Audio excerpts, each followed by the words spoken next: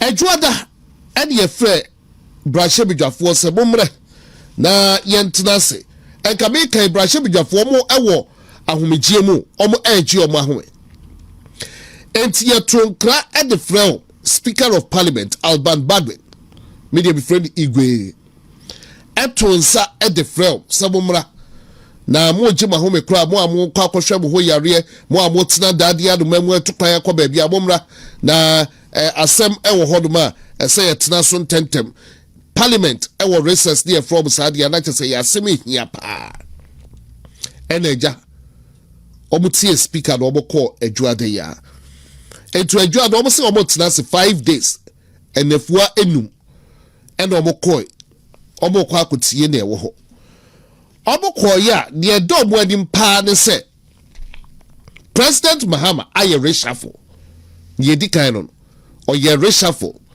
etianei Mahama Yariga majority omo ene dos wo brahye bedwafie omo edi anim no Mahama Ayariga ne odi anasa President Mahama ede tuja ede say wa reshuffle Mahama Ayariga enti Mahama Ayariga no si say ono eye local government minister ono akroya eye chieftaincy and religious affairs hono de na akwakohye enti undi eye majority anase wona edos wo brahye bidwafie NDC fo no titru undi omo anim ebio eno mampani a wanya ne ba bi kro ne ba Zaneto Rollins Dr. Zaneto ono so de na akwakohye Ministry of Environment Science and Technology enti asema wo ho nyina ne se omo mbrabra bidwafie no omo entna omo vet no so Afenyo Supreme Court judges bi wo hodoma wabo omo di say omo eko bench omo eko Supreme Court akotena bench no so na omo di aye Justice Sophia Rosetta Anna Odukuma Benasco Esa Justice Benasco Esa Afe Justice Edward Amwaku Asante Judge for miensen President Mahama yomo ako Supreme Court na muntie ni eno na Afenyo ma kan so mienu na omo ye ministers no de ye ni how ewo mo ho na emom no justices of a Supreme Court President Mahama we yomo NDC for mo ho wanwa pa yenye wo aban Ekufuado eyi mienu so mo enko Supreme Court dai da mo NDC for mo kan eno ye de ko daily graphic mu ebo ho daru 10 days ye bo ho daru 10 days sa time no na atu is forcing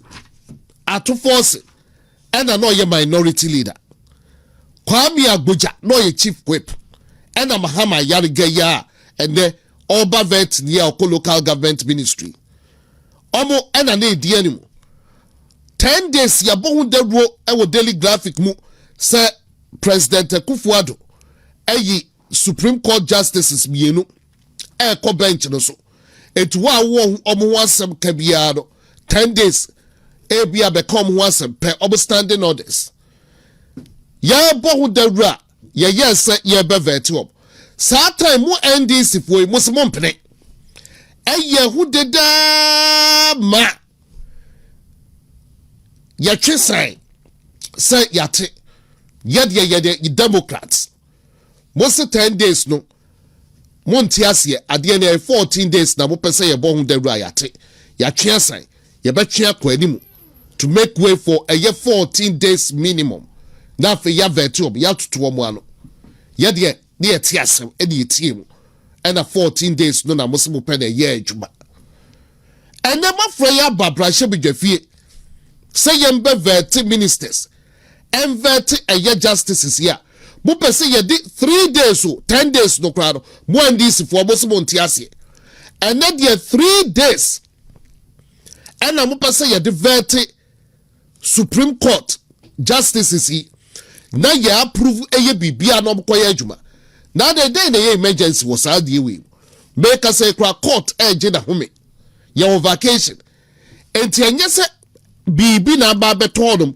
vacancy bi na aba a ye de judge for e kwa akoshe ho then po no mo refer President Mahama say time and vacancy beto okra no oman no ye here minister akwa akoshe defense ministry kra no President Mahama otna ho 1 year one for obi akoshe ho na say ya na odi obi hye na justices omo eco bench so a entosi omo free ma enye emergency bi na aba vacancy bia enna ho enti adan na mo pese ye di 3 days everti oma yem mo ho da room obi wo mo ho asem ka pe omo standing order so ko tuye waba beka bibi na mo rush ada asem be na wo mo enti eno ene ma Afenyo marking efrey use word say NDC for your principle na mo asem ma mo kan say yen 10 days mo ntiase mo stage e walk it out enu po yen yetiase o etwikwa animu and the process no cost still walk it out then the moment the 3 days say yen fan vet or by approval yentiase ntiene uti dedi e wo parliament na asem no NDC for and no can say ochinani abeka say where the nana kwa me wadaroma fa videos look at Kragusuma bina Chebalidu Sawahana yendi ho nkomo amongst other nkomo ewo ho yendi ho nkomo enti yenhwe ede de akokọ so ewo branche bejafie yenhwe videos ni bi. Members, I will not also preside over this particular committee and discriminate against the judges. Allow the vetting of our colleagues and then reject the vetting of the judges' nominee. I will not do that today. I won't do that tomorrow. I therefore consider all grounds of the minority leader as flimsy and hollow. I considered his objection to be frivolous, vexatious, unmeritorious, baseless on the facts, the rules, and the law. Therefore, I will accordingly dismiss the objection by the minority leader in limine. Thank you for your rapt attention.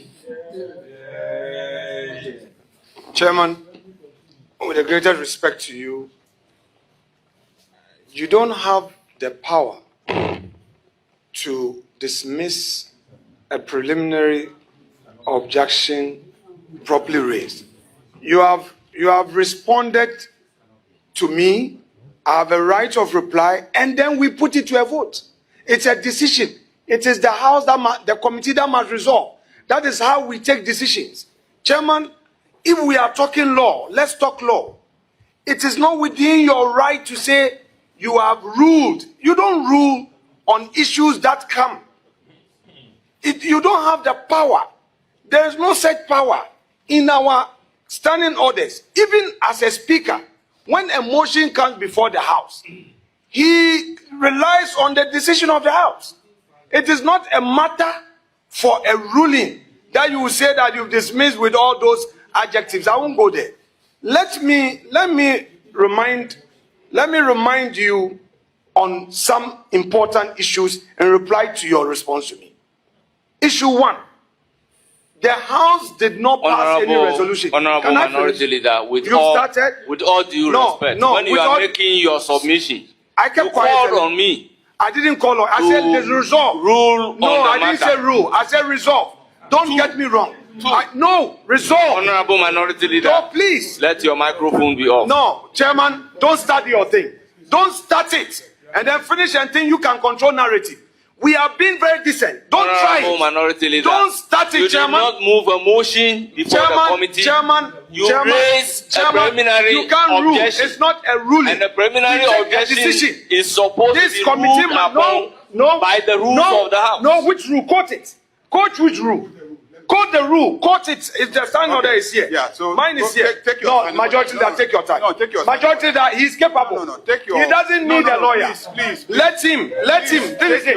Rule it. Open. Take your Open. orders. You people are taking this majority thing too far. Open to 268. You guys are taking this majority thing too far. No, we've not finished the argument. He cannot.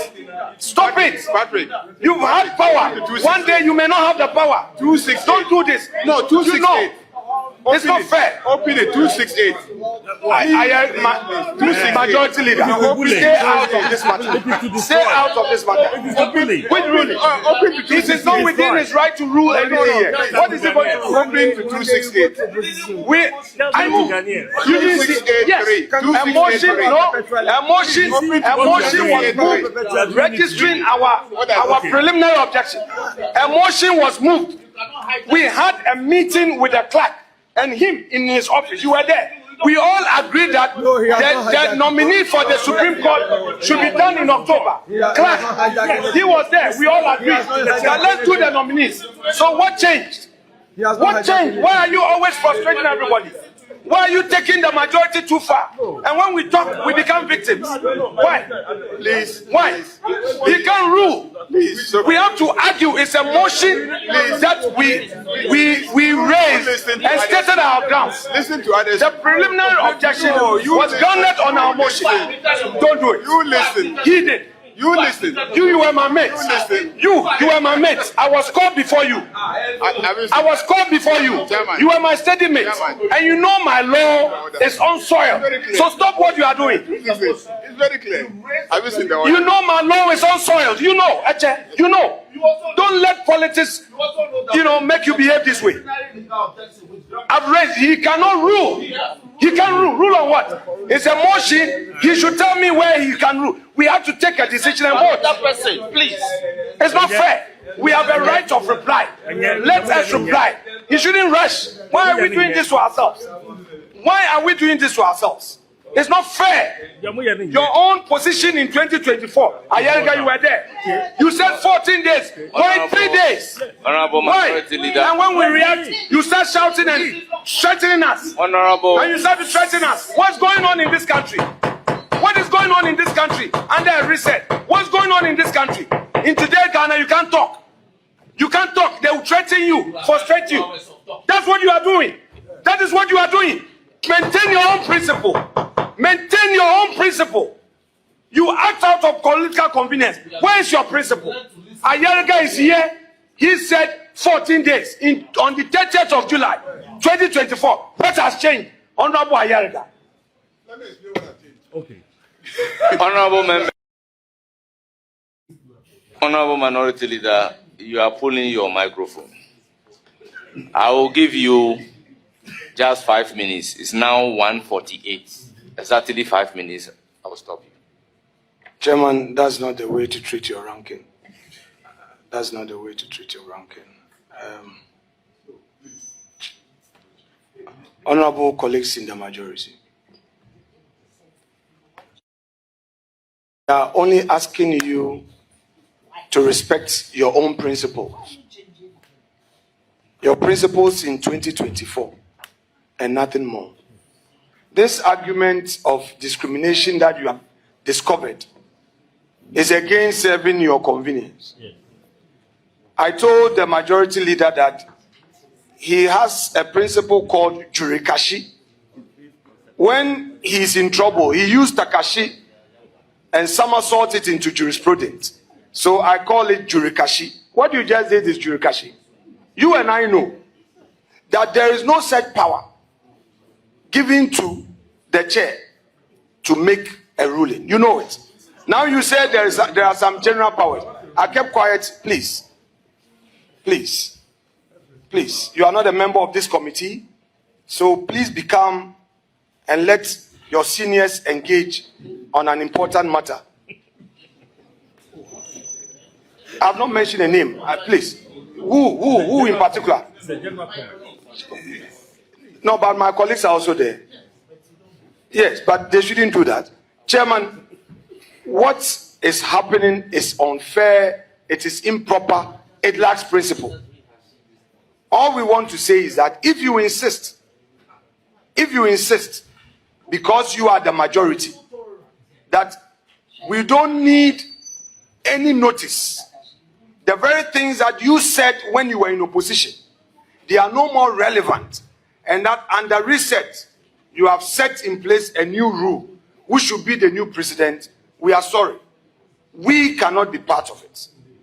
And to the nominees, with greater deference to you, we respect you and we are not opposed to your nomination, but the process by me through which the majority is deciding to use is not known to the parliamentary jurisprudence that we all know. So, Chair, thank you very much.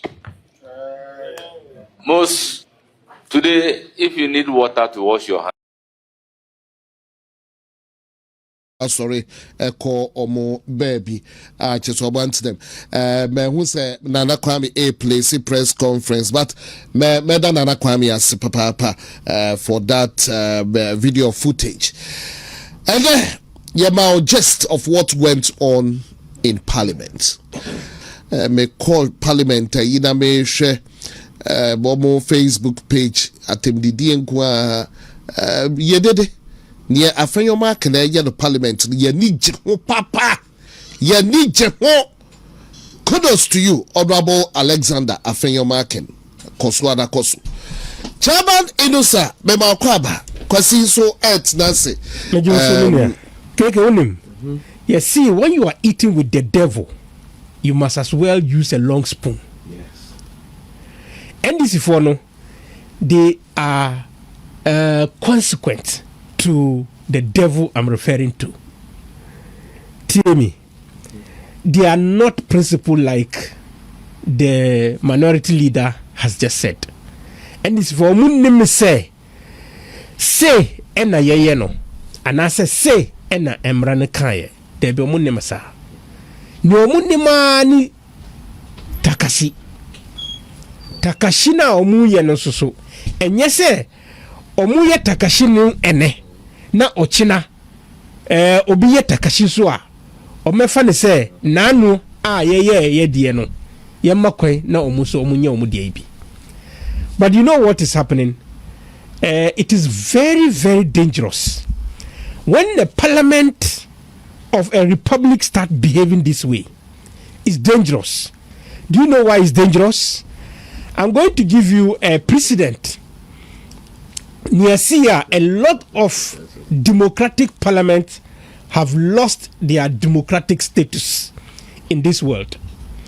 Unim, in the year 1958 and then in the year 2021, BBC in a democratic parliamentary processes like this. And these are the reasons why parliament started behaving the way this very parliament is behaving, especially the NDC. It is dangerous for our democracy. They are not respecting rules and they are not respecting norms. They don't respect those ones. They don't respect that one too. And when a parliament begins to behave that way, the danger is that the country loses the democratic status. Asojefo, and I say, coups.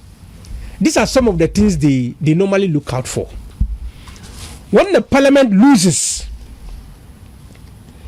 the table a table near parliament, democratic parliament, asojefo ebeji democracy no ana omube two constitution no etwene. And I'm saying it that yemfa enu enya adisua ema ye ho, especially NDC for muntiemi misra moda. So if you believe in democracy, please let's practice democracy. But adia mu ye enu ye democracy. The dangers are that when you begin to polarize the country, send politics into parliament and take off reasoning, normal reasoning, and then all that you think of is your party, that destroys democracy. If you say, Omo mutifie a omu ni parliament no, omu ni so adu hunu say parliament ebe serve their interest. Na otifie na say who say parliament no is not serving their interest, but rather the interest of the few who want to hold on to power and molest everybody in this country. That is when a soldier for and I say omu to constitution. That is when they get reasons. And I was giving you a litany of so many parliaments that have been overthrown as a result of polarization, deep and sharp polarization and partisanship in those parliamentary processes. I gave you 1958 in the Sudanese parliament, 2001 in the. But listen to this: the primary reasons the soldier for taking charge in the say the parliament was severe partisan and fragmented based on party lines without national interests. Consequently, the impact of Nyana Omu say it shifted the attention of the nation towards Omu Omuye Asojefo say they are the last hope. That is dangerous. So we nobody say Timamufonu Omu Omu say now when I afraid democracy no Sasana democracy then yes democracy dear nka Asojefo abankra nkeye. That's what people normally thinks. And when they begin to think like that, and then the soldiers step in now, they back them. It happened here in Ghana before. It happened here in this country called Ghana before. In Thailand, 1992 and 2014, it happened. These were the reasons.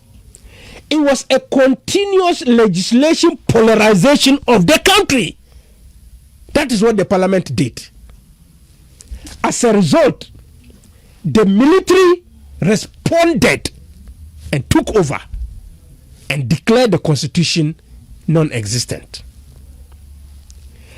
Over 2021, a year 2021, Guinea,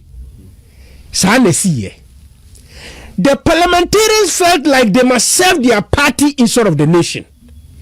Omuye sanu, Asojefo no etenasi ka se debi.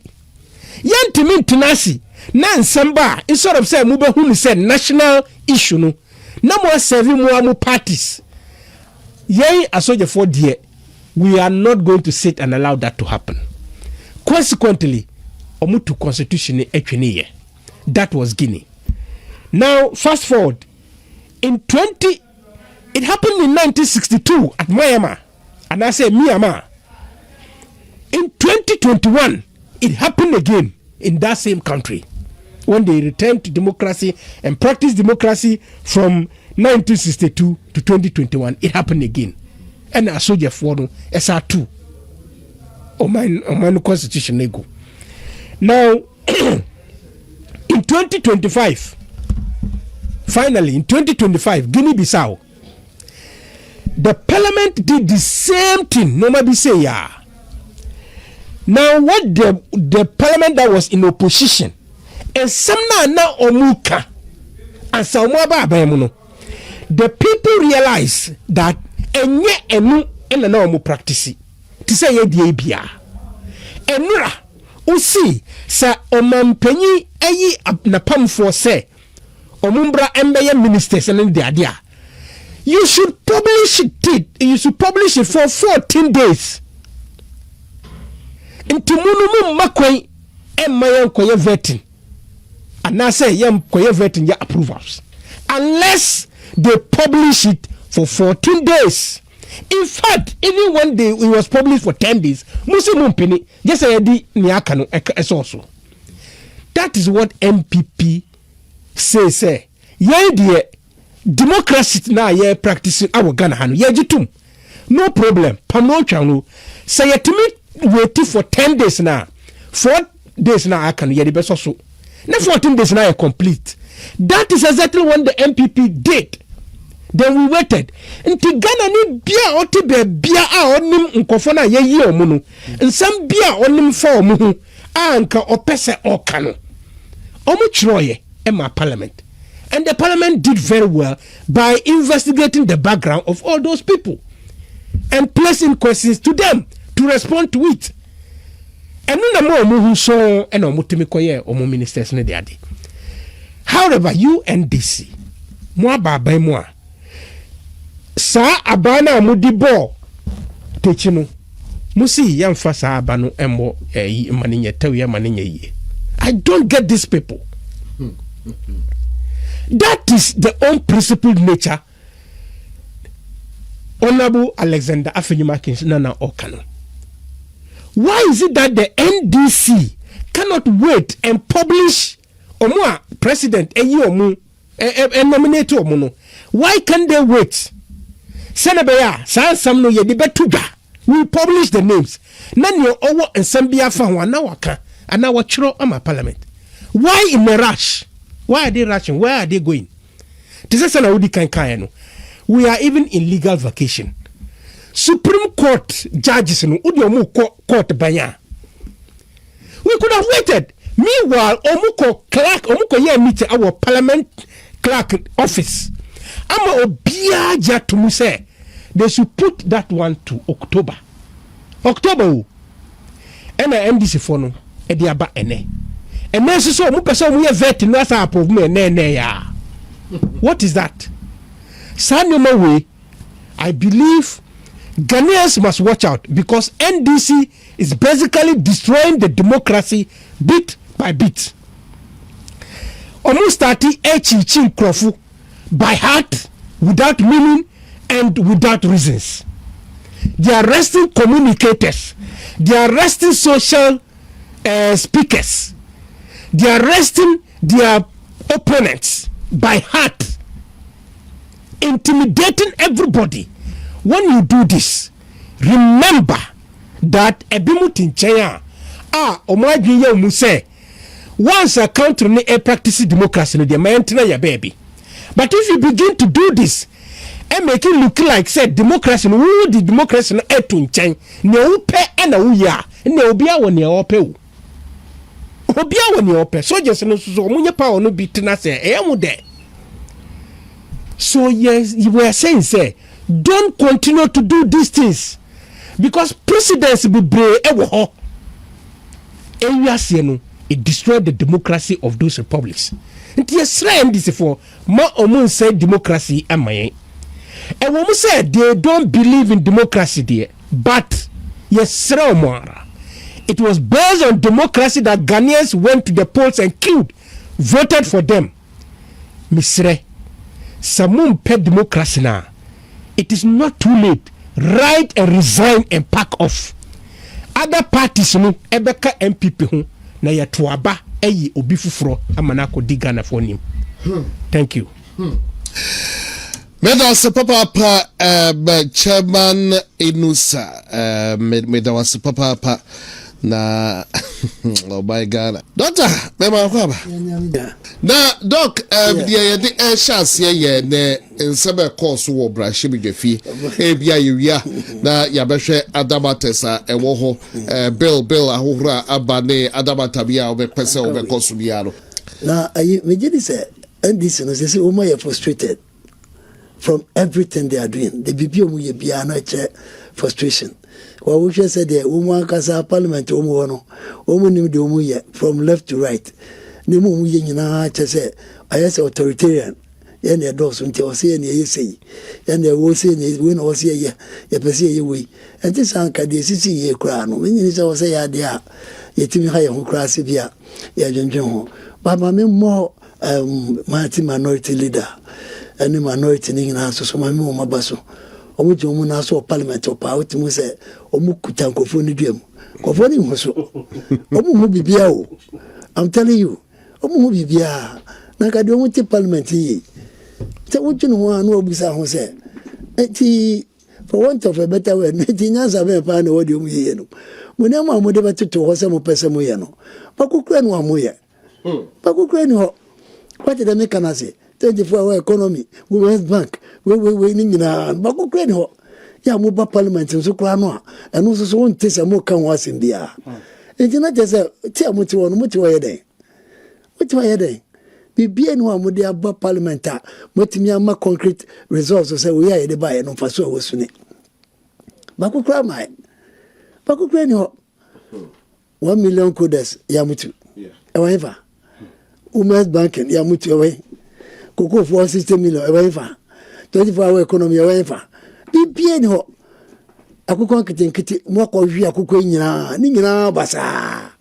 Abi bia no amobetime di monsesi so say ye ba ye no ye ka se be ye we ni ye ana parliament kra no ye fra ye emergency kra no e bia ye nya akwa bi kra ye din kola no e bi ko adwuma bi mu ntin mo we boy kra na ye peska na enfo mu nko ni ngina e bi ni ho de ye hu aye kasa ene ye sei ene akofasi ya ba ana 1 million ana 1 billion ni ngina e chi no ye ko bobu se abia be free SHS e ko bobu se no bia wonyeska pa wo ye party a obu o mani ya wonyeska no e kasa ye ko bobu se ani adade de wo kwa de senka mamu bi e ka mu bi but na bibia mu ye bia no ti mu se reverse nkwa na de eko wo ze mi bi etwe mu no me ka to se NDC abawe no e ya ban a ene ma bia wo mu ye bia no o mu fa no kra na ye ena no kra no fa anye bibia so a ebo kokokoko na aba be bo tia ho if the word go a umbetra kunya so ya omu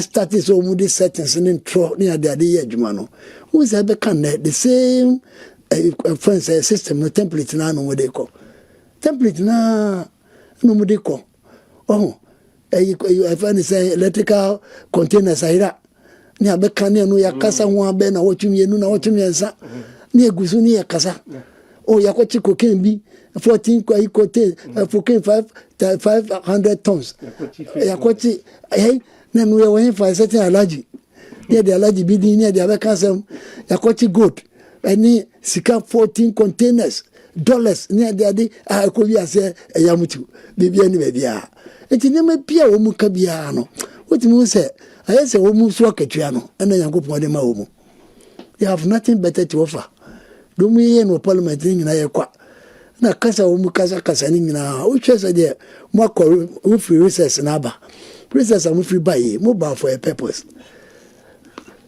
judge say am prepare mo say no ye o mu veti eno ekofi meanwhile mo nso in opposition mo se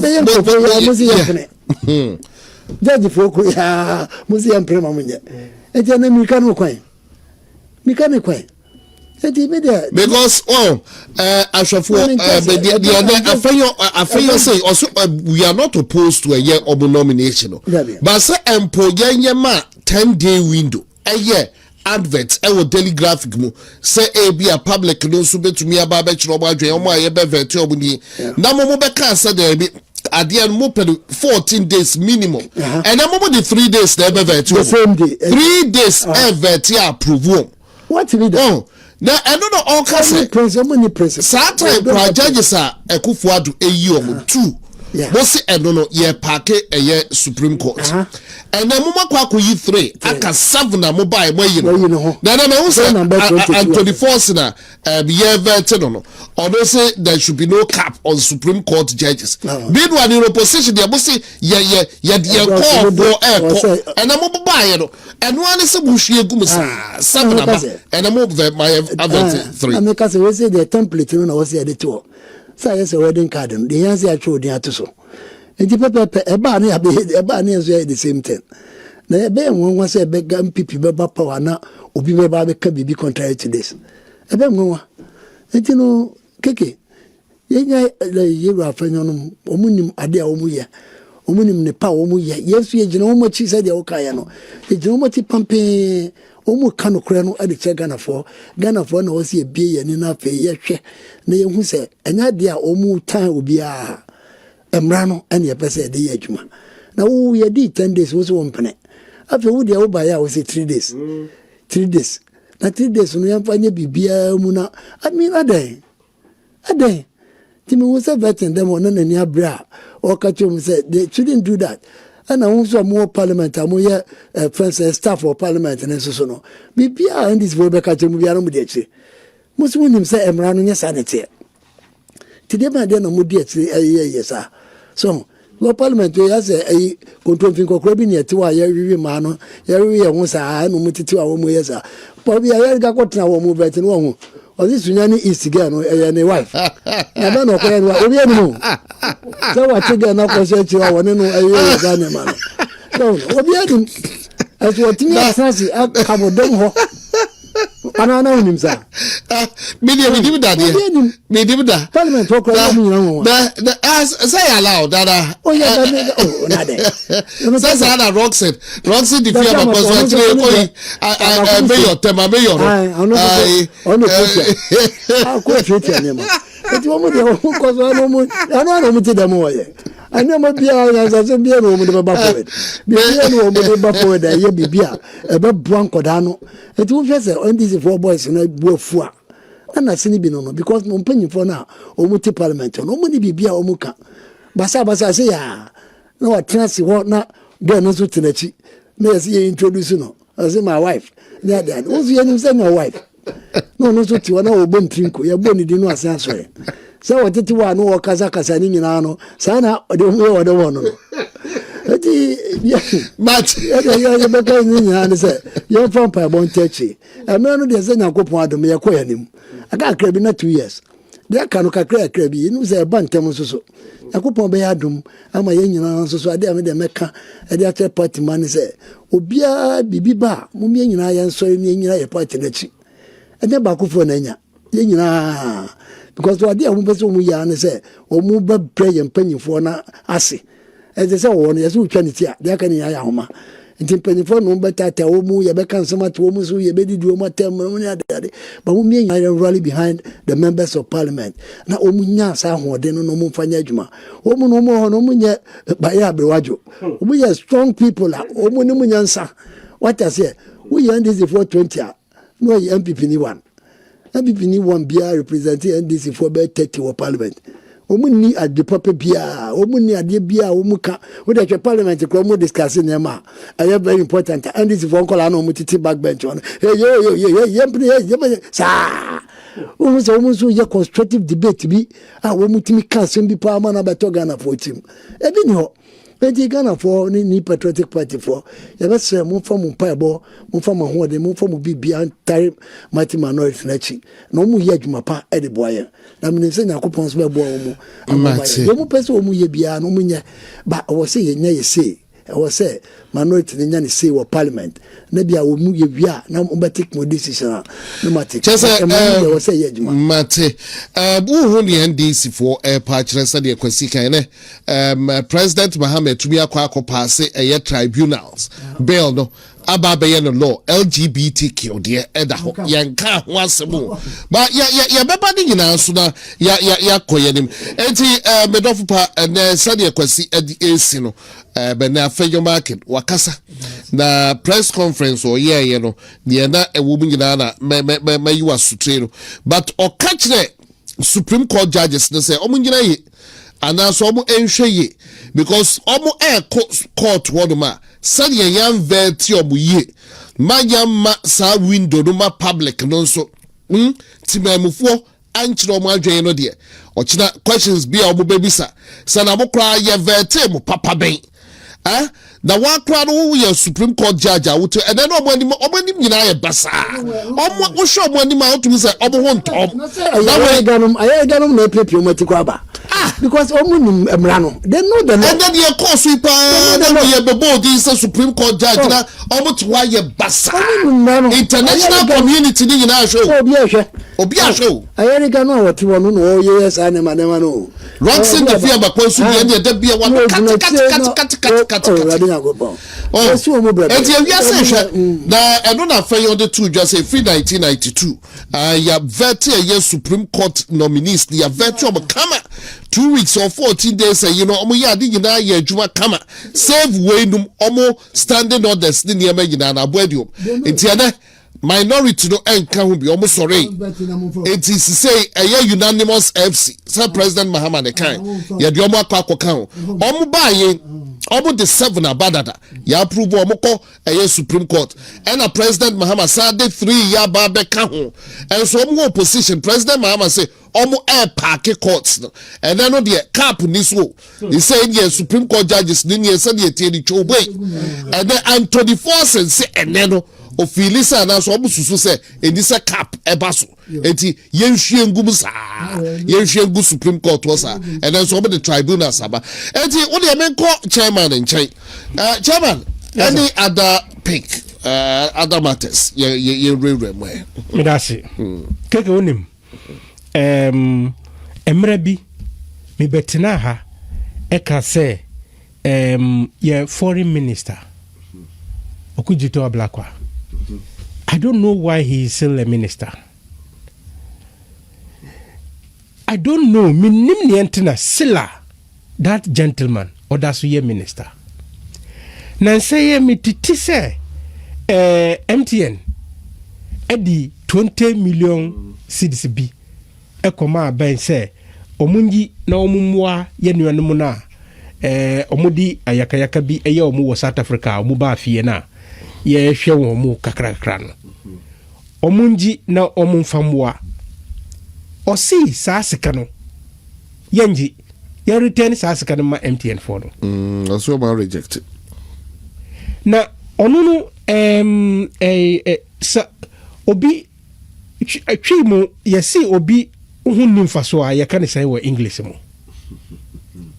news no limited and I say bibisa I believe say your foreign minister no use and I say no faso Ghana for no kiti bi say eswa say bi hokurampo a eswa I believe that I will say ye yinisin chen because it doesn't make sense.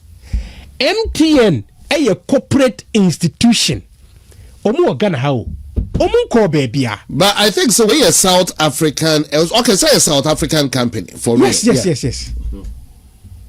enti MTN no e Ghana ha omu ye djuma wa Ghana how even today they are still here making money within our environment omu disika brewa wo si wonye and you feel say your call for the it's not worth a year 20 million as a cedis or said dollars enti eno no want menka keke ye di adi brewo esoma o ji na bisamo is that not what Oliver Twist did na onu ne de ma no na say de ma republic no that is what I'm saying ohona na mi ba no sa boy no die alabraka to be honest with you one more number kura on one number Ghana emfaso a yenye wonu hunu eswa anase bi ni hokrampo I believe that President John Dramani Mahama, this is not my first time of calling for you to replace him me pacho yinisin chen for obi fufuro emra na NDC mu menim say ebi wo honoma o metimi eye better than near Samuel Okujito Ablako otoye I think kati yabi obubo biadi e kan sam tunu so no enye no today he's been trapped by his own words since oba sa Ministry of Foreign Affairs no or to pass all the time diplomatic blunders who can say anano serialize omu ha more than 15 different diplomatic blunders and otoye na MTN for this brawa jina fa bua Ghana for wo say wonye enu na Dr. Ebisano wo na yedi second brew and I say oh my Ghana I think it's a minority the man who sasa for J post where you say as a Dr. Ishmael Yamson the year or more penny yes or no Ebeka August 20th yeah. And when you know could you to a black man country bepem 26 no yes and also more rejected that yes the more rejected that between Saturdays I think say that as of where say Saturdays no na day no days there one the day there one actually na okuja to a black on the 26th and ya or the diversionary tactics na bia ni ntina me say omo na ma no or tutu papas or nim ne oye wo the Ministry of Foreign Affairs hwe MTN for na omo that's what hanma that company is still working here making money omo to tax enti tax no ye the tax bra abaya ye beka say yenjiana. You see how it doesn't make sense for him to have rejected the money and now for him to have said you rejected Saskan. Because at the end of MTN boss Abekano 20th. Yes. What's man rejected 6 days earlier. If 314 today, you want come once a man because copy me a year and run the who's a rejected. Yes. Oh, you see, these people minim so omaji mu say ya tonga na momu sedeu mintiasie. You can behave like that because here MTN and so mu be your accounts are there is an amount they are going to pay to the people of Ghana as tax, corporate tax, and no yebeji anayenje. That's the question. Yebeji anase yenji. Na niudi can reject it, doesn't make sense. If for nothing at all, even if your friend say MTN for mutual tax over 100 million. And I did 20 million eba for free now. When we take that one, and you do tax mreso our musa to your corporate tax account. Is that not 120 million? Omaya ye chinchi ebo busia. Now so say abaya buad. You have say abaya ayeniema to evacuate them ne saadi emano. Nti abaya ne o de siko de aye de bibia dada. Sana ukuje to patch. Oh. Oh yes, because also about financial provisions. It's been catered. This crop of people say omumbe bumai. Ya nuye hu papa honestly. Ye sufre erade say at least omun kosu monu trukasa omun tutu papa sa na 2028 Ghana for hu the difference between the NPP and the NDC na to about your mumu kwatena fie because this is a doctor okano wo ba no wo say wo ba wo be reset emanioma yi nyesa anete resetting ben pa na NDC eyeye nyoma wo promise nyinara not even one can we say almost 2 years what me aye. Not even one. Baku kramponi ho. Na keke onim. Ni aye hwam. Esaye bufro. Eye boreholes now or say or the boreholes be cocoa farms no. You promise to the sense that you don't even know what to promise again. And throw sita and a ni etwentro emagana for. Under what circumstances who are ube kwako to borehole our cocoa farm? How many cocoa farms do we have in this country? And the cocoa farm bia ube to how many boreholes were on? And all these things were part of and throw any nada mukaya eto gana bimu tremu and mukoto aba emomu. And everybody in Ghana is asking say sadi ya Diana say Ebimukra is disputing that on Nka video no ha. Kebeka se wanka. Because keke, it doesn't make sense for anybody to say or koko two borehole our cocoa farms. And the politics SCC. It doesn't make sense at all. But unfortunately, at the heat of desperation, our mudi paper no san sambu nyina omukeka ni nyina. Omukeka ni nyina. Keke Oseey or Ba within 1 year, in fact, categorically, within 1 year, double track, they will abolish double track. Sa video no ewo within 1 year na okan o Excellency John Dramani Mahama nkasa na kan and yes na pam for ni bia ono na kan say omo ba aban mu within 1 year one ka say after 1 year krampo also within 1 year me pese be bisa say ye da so within 1 year of NDC government ana aba and double track no krampo afe na omu hwehwe sika busio so omebo na omu dia stop double track in 2027 2029 right can you imagine afe na ohwehwe busia so they be stop double track abra tama o kasa asam ya manu se there be sa double track a wukai wonti ase enye se obi pe ntina ye double track no debi but is a government policy na odi baya esisa Ghana for nyinara say every single house uwo uba ewumo onko school free. That was what created the double track, because you can say obiaba enko school for free yentimi ka se we munko na we muntua nto obia enko no free. That is why the numbers overwhelm the institutions are infrastructure na ewo no and they started double track to accommodate all of them. Senebeya enkankra kakra ye besisi a school adan na dia absorbi wontiasie wabagina simpiesu wonkinkan susu wabagina simpiesu promise Ghana for say uba within 1 year uba abolish sade no 2 years na enam you afa na unhwehwe sika so obakwa stop double track no na enu krampo yemfantu nchen Oseey, it doesn't make sense for any government to start 101 hospitals at the same time. Yemfa we any niami babe kai eye ensusu hospital a ye disayare a enunu ye ni biwo niye wono is not enough for the citizens of this country.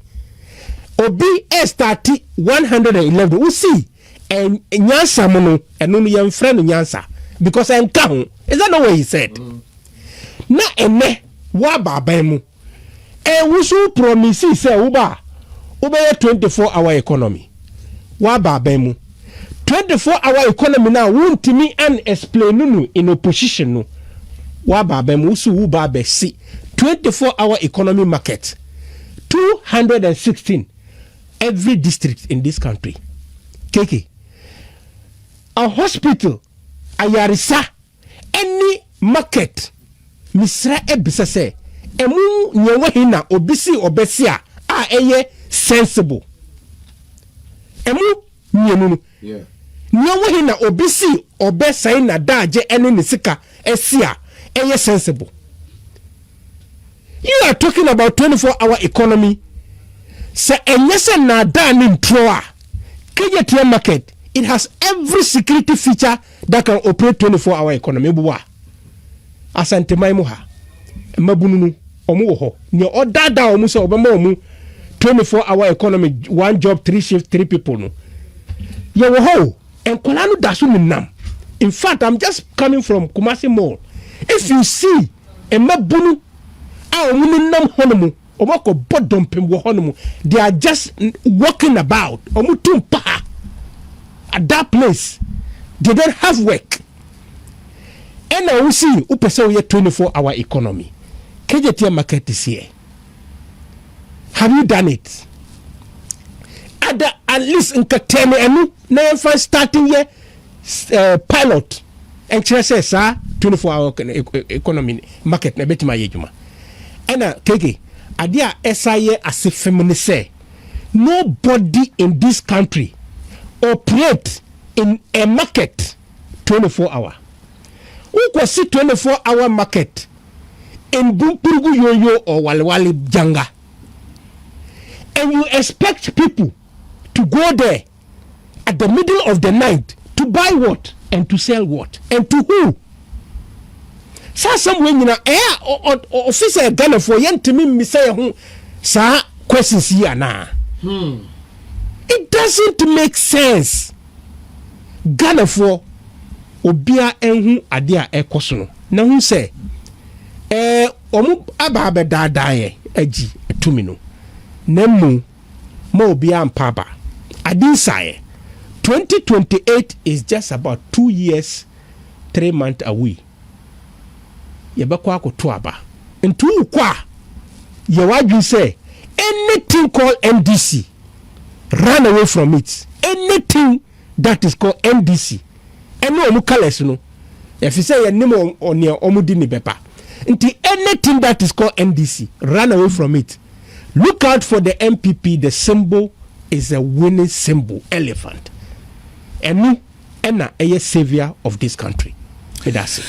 Mate menso bedase chairman enosa bedase papa yetua djubedie no enso na ene ntina make us omo yepex no be yi topics there go some do dos papa na o hwe de chairman enosa ekaya okuja to ablakwa medi ma de tia president one reshuffle no na cheso de kobo ha no de abo ha bi so wo reshuffle Sam George and that one on to the new Sam George no nkasa he's chopping why di edoto what can the sim who you bottle for kra ancient na okuja to ablakwa sa probable president Ramaphosa you can say oba what can say no so by oba ya cancel ye hia no sana ono South Africa president na no cancel invitation no na be bisa na communication kwa diplomacy no sa okuje to abla ohuso and then so apoyi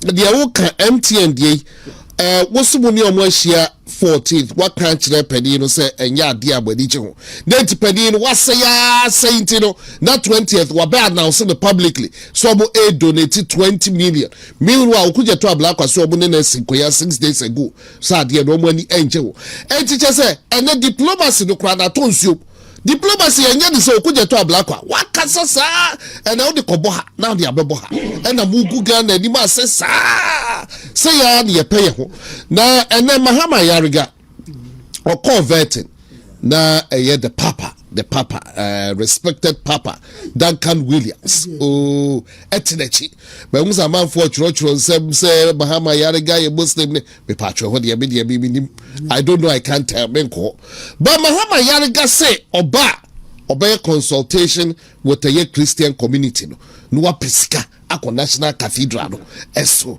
bidim say bia papa ti wonti eda Mahama Kwasi yes Kwasi adabata we will pick we that is no that is no because cathedral no enye abansika na edisi what I say enye abansika na edisi e won board ho a wo mu raise funds no mu desi ade aban be ye any assassin or dem a wo mu no any seed money or the can ho e dem a wo mu de aka nyina ye fundraising na o mu de besi etita mo no mu ne na wo e kan na obi de abansika ekosi ba e di zo bani ba gwase pa o e di gwase pe di pa de no ko ni nyame anim edu tambia na me bisa mo se enti wo mu ankasa no o mu e kasa o mu tie o mu ho ene mo mu kika no me bi atwa mu na so so say be change one akasa asem we oh and I will take the statement to Kayana or say if cathedral a very good idea but implementation yes now was he part of the and now Afenyo catch is a bonko because the implementation process won't count what I say President Anadu will say I was so nyane board board no be trance o ma dwonjune ho ma hwe kwan be fa so a o be nyeska no mudi aye ade a wo sa aban ye bia wo ho no asase no ni ska ye seed money ni ade obeye sade wo nyina so ya wie de aka ne se excuse me de aka ne se board no be koso no ma ye o majuma ade na aka no ana mu ye na obi akotu amana ni ade na asase be na foundation ye tu a ye ntu form ede ben wo ba dum ha se snake board ye amusi wa dum ha o foundation na we form wa na we form kra sana o mo sisi pillars ama build na ba your opposite o dey kra the same thing o che friends ayo wo se ayi de no bi o we de no bi ayo pe guasi ansa no mo peja da na siso enti no kase obi akotu amana ni ade wa bra wo hu se foundation wo ho na mo kasa we hu nyina no so atoni je na ya ni your friend no call Supreme Court go bisa no say o si ke bia ye twa ye bia ye legitimate aye twa ye KPMG for ye twemu so say obi anyisu ka prekra everything na omu ye bia omu twa ho ka na kadede bebre mo omu ye na katido and now it is obi kan wasem bio obi antimi kan wasem because obi anya bibi omu ehushe bibia ni panyefo a omu nimde asofo panyefo a womunim dia no mu nyina wo mu ye adwuma obeka say time kwa ye chief imam ko ye donation I think some bags of cement baby a or the call ya or the cowboy ni nyina ya de bia ye nyina ye boa say religions ni nyina no betimi a jan wo na so but akuja to no ne nkofo ne Sam George no ne Sam Samafoi e di kasa ya ma de ne koye say obi ye bibi boni bi ni ade na ade ba ko a tama we ye oh, there was a festival mu ye ba ko forecourt of the State House. I think it's a Christian service. Oh, Elvis a free anchor anani we na okay. Was a program be by and the NDC. And national NDC national Thanksgiving service. Almost mu ye ba ko forecourt. I know Mrs. Tent. Yeah. Na me pa abo me bo say can so bi nyem. Na kan hwi wo mu pa mu be so nyansa.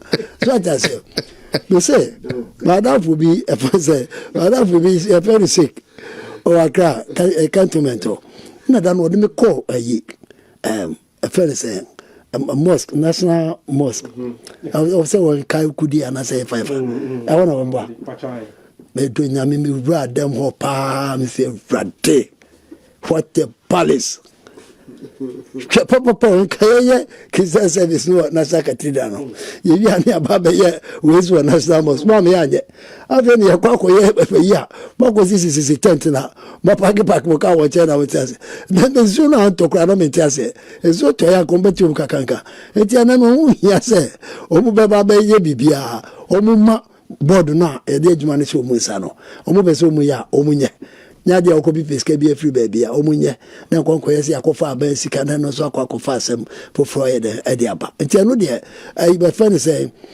anyariga no de me gidi se wono na asem no de bia wo ka me se parliament wo pe de o ye adwuma so ni a yesa guy no omu obia omu ade na omu nipa wo hwe ne ni ya wo ye the way I will respond to and some no be ni kase bia wo keka wo parliament wana ya na du tambia me bisa mo say enti no ono na dwene ka che ne sen na dwene ka che ne so ono na ye panyi wo parliament wana say o pese dem pa na o pese o ka che wo mo parliament oh enti no ono na some me de no kro na bibia na mitia na eye me bibi kakra ba ma me ka se we me fan che ye nyina say ade bia wa asase bia no na wie ade bia mo beye beye wa asase bia no me gidi se e wona wie ye nyina so ye wo Ghana ha de be koso bia no ye be hu ama ye so ye de bibia so aye de atutu ye so atase yes it is sanity but president call pigs so and then party sebo ho na omo file niam pi na go niam pi na nti the opposite of bia best of luck na obia processes na ekono so ye kama obia fale minimum say bia from Monday kono as say no be vet no enti obia anya ne de say de say na fata say de ya starting fe from polling stations bedru regional awie no e be say mama obia nko ye bibi e ma enko say bibia enko say ye dwumade na ye die no because ye dru bunum Afenyo ye dru final lap no na say ye yi we are not doctor but TSC form sana go no te and I don't know say em de say ye chance ye free say ye yi presidential candidate no o say na obia o party no bia no ehun wisdom wo mu a ye de yi presidential candidate le kan ho what I say and na party no mo da din ante san kan na say say ye kan ka presidential candidate no omu na mu me obi ayi ni nipa fim mo woni nipa we nipa ni secretary no we nipa ni first vice we nipa ni ka da so wom e be kanda e ka ye wie no ansa na December ya kwa ko yi presidential candidate na was a fragmented ayi sa emu atete e kwa be kwa na ka be fa so a obetimi akeka ne ma nasi every December enti se de ye no the penny for party yami aduma koye pa ya di papa ye party ni nyina no ababe boye polling station ya nya sa divisions no bi ho oba constituency ya nya bi ho oba region ya nya bi ho enti ama bipia the din omu anu omu susu say side ne ba ye no e be ma party no matete no omu nyina now was after NDC for the Ashanti ya dey fire brojaje fi so ye see edun kete akoda yi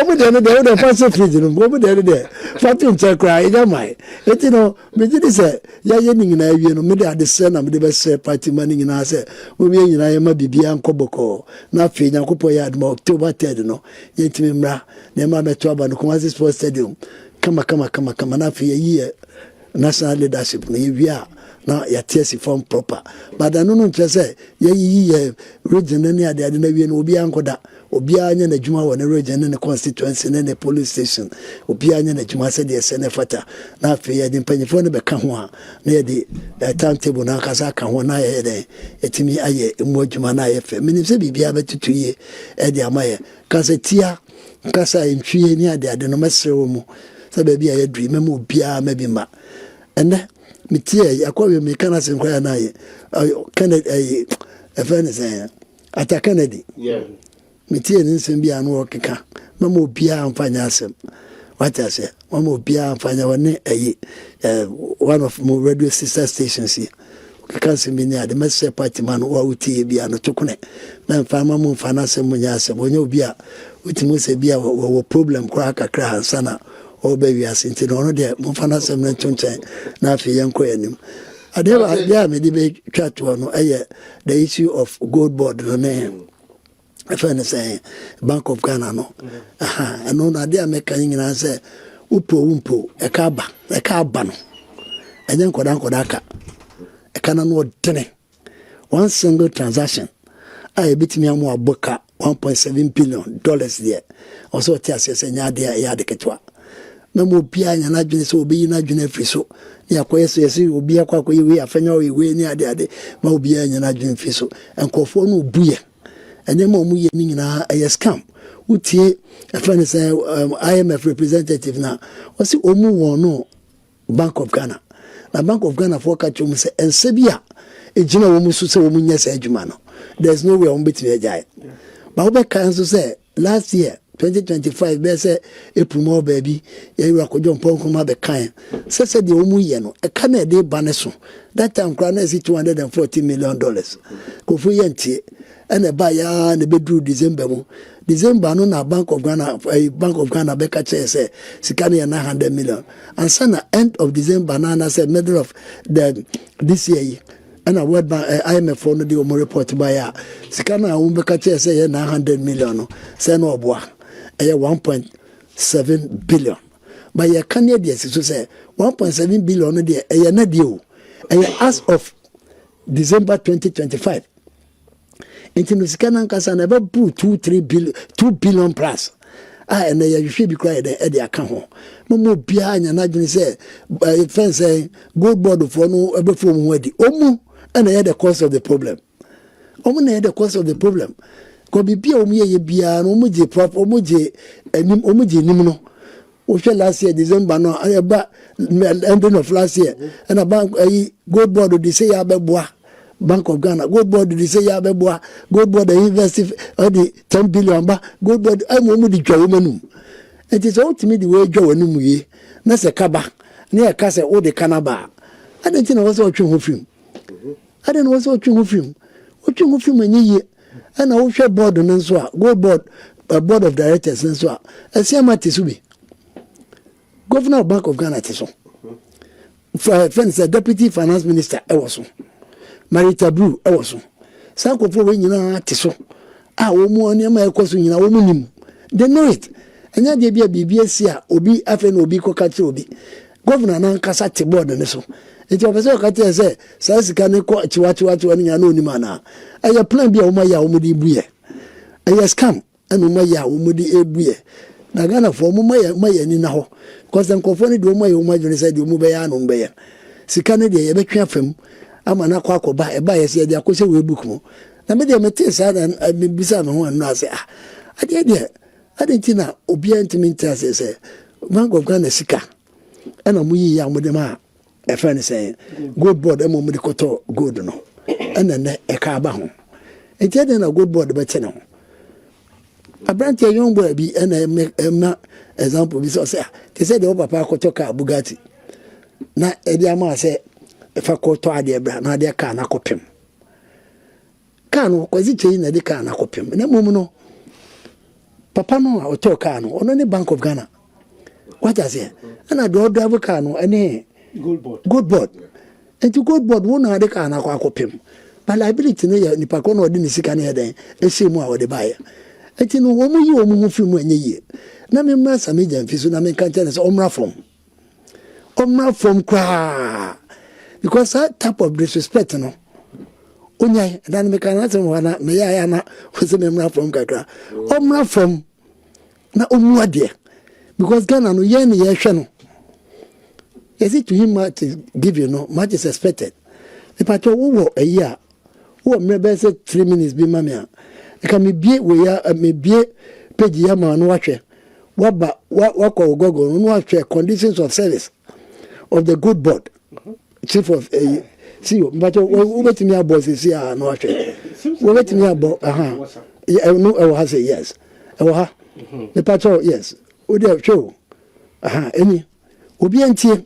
Na ya mo fan kan Chester Media fi say omu ade. No nya say di atem no. Ye ne ya hwe no. Mama me mam conditions of service no. Na won hwe. The basic salary no. 1.5 million annually.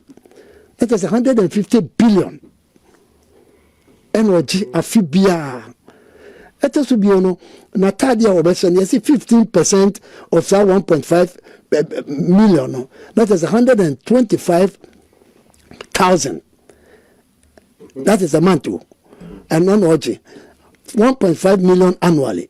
After Ntadia was 15% of 125 per month, and I say 15% of 1.5 million. That has to be allowances. I the money for the clothing, and the keka and also 15%. The staff support. Omo kan ho. Any security personnel no. Bakubia any security personnel here too. Bakubia just 6,000. Bakubia de 6 me patro bi Oseey Wi-Fi on Google. Go on Google. But you see we bought a year conditions of service. A good board CEO. What I say? We bought a year ma obi a wo temi bia betimi abo. What I say? Afenyo na ye ni security service for no omu ye mienu. Enti omu so no busu mi bia no obi a de 6,000. That is a 60 million each. 120 million. Public servant. And Sana the garden boy also oye baako also give 4,000 a month and sana full medical expenses paid for ono and up to 5 children under 18 and oye 18 so no onye adwuma oka ho wo mu no so no full medical betimi di makwa ma no ne akwakohwe omo transportation so your money 2 Land Cruiser vehicles wow and use fully insured. Maintenance ni nyina no borne by the gold board. That is to be every month be an 1,500 liters per car. Fuel 1,500 liters per vehicle per car. And that is a 1,500 liters. I don't know what the bag gallons more. One can say betimi aye. After our 30 days working 30 working days or paid annual vacation. Vacation be obetimi atu kwan akotena ne baby me am ni ade nyina no obetimi akọ with first class a business class ticket and then $2,000 per diem per day every day bian or $2,000 but o mutini yo after was it plus annual formalization tour so boss me ko Dubai akọhwe we aba me kwa akọye we formalization tour no obekọ no and also so no allowance e de man no $10,000 in airfare and $2,000 per diem. Afenyo ne car no so a ye de be man no aye adwuma no owie na adwuma no okọ a wo se yetimi to ma no opese oto a otimi to enti sa de ma wo se nyina wo ho ne ye de amaw na ye de sa ne ma wo nyina ma se fa ko ye adwuma na sa wo ba ne ebusa question na wo be page wa betia na wo page wa beti no page na say wo be kai se tam wo muti gold board na make say sa de wo ye wo mu de aba no so man hwe amoya nka ho asem ya ebedu no bi no wo ye bibia emfa wo hwe gold board act no ma nipa ba ko no ono na ye bibia ono na license ono na ekoto gold no ono na nani gold no ono na ka gold no wait ne che ono na kotoba sika onya ya ono na beka che enti okonane gold no kwa na gold no ya 22 karat obetumi abeka che say 18 obetumi abeka say 20 obetumi abe bibia de ache amano so aka no wa wo ye goldsmith so twa ho ye as is a go wo ye goldsmith wo ye asumade wo ye ye fence briskers no ni ade na se media fi ma on lances a emrano section 5 no ka to say wo 5 years imprisonment ya chose all the good ye adwuma na wo ni lances a wo mfie num a wo kwakodam etino mo masa media fi no ntase se sa kasa na wo kasa wo pega na betino won ntase se obesumu ye enye ye ne yesum no panimu bia ono ne bekase bia nso won twa ne kasa ye ana ni nyama ho ye no so a de bia no no pese odi atam no so wonyai because ye kasa ye so asine so won timi stande ne penyifo no so mo pesa mo me ye kwan kakra ne bia nka ye bia gate kakra ma ye no bia eno de kwasi ya basa kwan no wa o bia 1 week bi eno de gumbi sa kwan ya no driver se na o gumbi yesu o gumbi no keke la kese ko betima tena kuro last week sa kwasi chase ba ba de kwan ti de se de wo mu di atemedia Debbie. You bet me a kayasam, maybe a waka said you, but I don't know dear. Say woman was let me return to sender. The same thing. Yeah, because he cannot get flower. I chuba DSC Kelvin Taylor. Odi Samira Baumia atem. Na mahusa manfu tunufo se Samira Odin President Mahama Kasanchre na wako oko eye TikToker le Ghana jollof bi ebi ebeka se innocent lodina said ye so Ghana jollof no bi so Ghana ho se oni ha ayo anu ahye etie bia president adu bi na kwasi ka no say bia ka kev di Samira tem no no so bie ja ba ha de besre besre ye fancy haya ye fancy haya ye fancy no mu ntiase se sa de no enya de ye pe but omu bie kwan no a omu bank of funds so abeye the same thing because they did atem no na enka ho utie a former NDC organizer Boatinja o say dan utie no what say dem kan until the time as abo ya obo ni din ko fe assassin no nyina bae na enka ho but then nyina benefit Mahama until no what wodi and then ne kwa wo mu kase nyina no anya dia president etimi abie na no aka se mu ntwa so na so do de be jare no wa fa ne ho adi etama wo kasa Samija fi be kasa ye who's the vice president ekura kase who is public servant there and then you busa question we ya no but you have to insult somebody before I obey you as one anje ye sorry to my dear no so ba